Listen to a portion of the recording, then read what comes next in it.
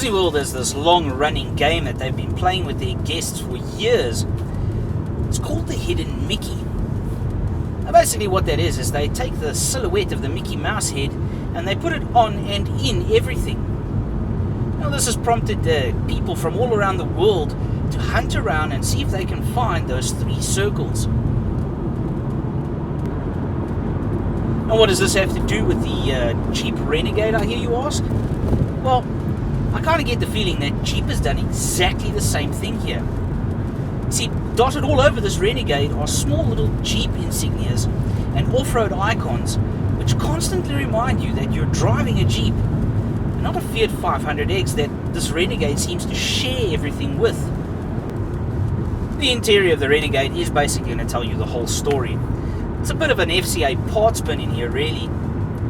It's not a bad thing. This is a Jeep, and you're kind of expecting things to be rugged and chunky. So let's get rid of the stuff that I'm not so fond of before we get to the stuff that I do like.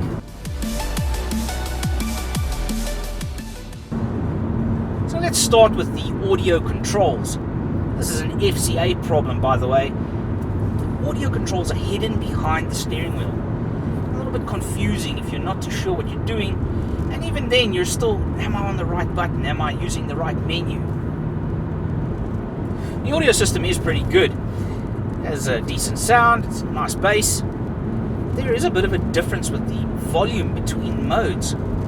So if you're plugged into your iPod, you're playing music from that and then change to the radio, you might want to turn down the volume or you're going to end up with a bit of a headache. Now the interior is quite well trimmed. We have full leather seats here with soft touch plastic surfaces. Driver's seat is manually adjustable with electric lumbar support. Everything falls nicely to hand. We got auto aircon, there's the 12 volt in out, aux, iPod input, and then there's that all-wheel drive system at the bottom there. Now we get onto the drivetrain. What we have in this Renegade here is a 1.4 litre turbocharged motor. It's mated to a 9-speed automatic gearbox. And that's good for about 125 kilowatts, 250 newton meters. The manufacturer claims you'll get 6.9 litres per 100 kilometers. Unfortunately, I haven't been able to get this thing down past 8.9, so it is a little bit heavy. But now that we got all the bad stuff out of the way, let's talk about the stuff that I do like. I love the styling of this new Renegade.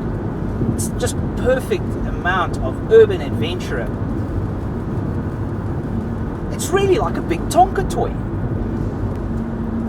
I love the rough and tumble nature of the Renegade. Make no mistake, it might be sharing a lot with the Fiat 500X, but this is definitely a Jeep. The DNA runs deep. You have this all-wheel drive system at the bottom here, which allows you to change between modes for the different surfaces that you could find just about anywhere in South Africa, even snow. Another thing I like is the colours.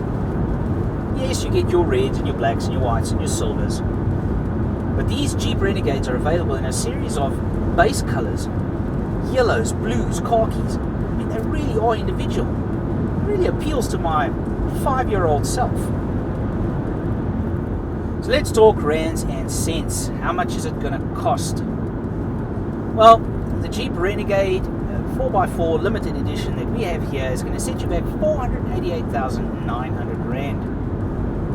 Now I know that sounds pricey, but I think it's worth it, because you're going to get a 3-year 100,000 kilometer warranty and a 6-year 100,000 kilometer maintenance plan, and naturally all the peace of mind that comes with it. Now if you'll excuse me, I have some more of those Jeep insignias to go and find.